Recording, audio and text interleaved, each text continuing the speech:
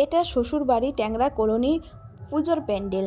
এইখানের কিছু ভিডিও করলাম আর বাবার বাড়ি হেলেঞ্চারেও কিছু ভিডিও করলাম, সেটাই এই এক ভিডিওর মাধ্যমেই আপনাদের দেখানোর চেষ্টা করছি। এটা নন্দন ক্লাবের পুজোর প্যান্ডেল। এই প্যান্ডেলটা খুবই ভালো লেগেছে। এটা দেখুন, ছোটোখাটোর মধ্যে খুবই সুন্দর করেছে এই প্যান্ডেলটা। এবার চলে আসলাম বাবার বাড়ি, 3 বোন আর ছেলে মিলেই বেরিয়েছিলাম। এই প্যান্ডেলটা দেখুন, এই প্যান্ডেলটা খুবই সুন্দর, খুবই ভালো লেগেছে।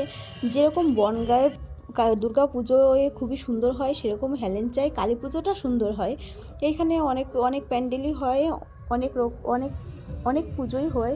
যেহেতু গাড়ি ঢুকতে দেয় না, সেজন্য আমরা হেঁটে হেঁটে অতগুলো তো দেখতে পারিনি। যে কটা দেখেছি সে কটাই আপনাদের ভিডিও করে দেখানোর চেষ্টা করছি।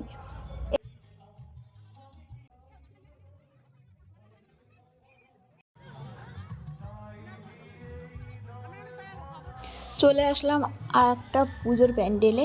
এই প্যান্ডেলটা খুবই ভালো লেগেছে। এটা দেখুন, পুরো ডেকোরেশনটাই প্লাস্টিকের বোতল, ওর মুখ, প্লাস্টিকের চামচ আর কাঁটা চামচ এইগুলো দিয়ে ডেকোরেশনটা করা। ভিতরটাও পুরো খুবই সুন্দর লাগলো প্যান্ডেলটা দেখে। আপনারাও দেখুন, দেখে খুবই ভালো লাগবে।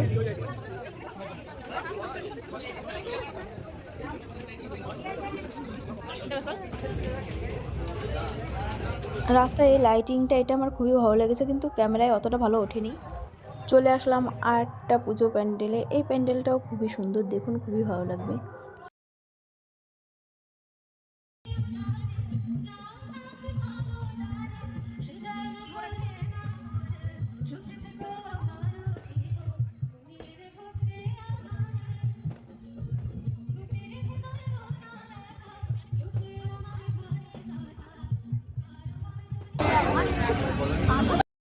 এবার চলে আসলাম হেলেঞ্চায় গার্লস স্কুল। এই স্কুলেই আমি পড়াশোনা করেছি।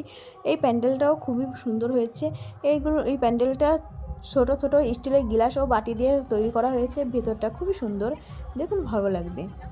এই এই প্যান্ডেলটা দেখে আমরা শেষ করলাম, যেহেতু অনেকগুলো প্যান্ডেল হেঁটে দেখা সম্ভব না, এরপরেই বাড়ি গেলাম।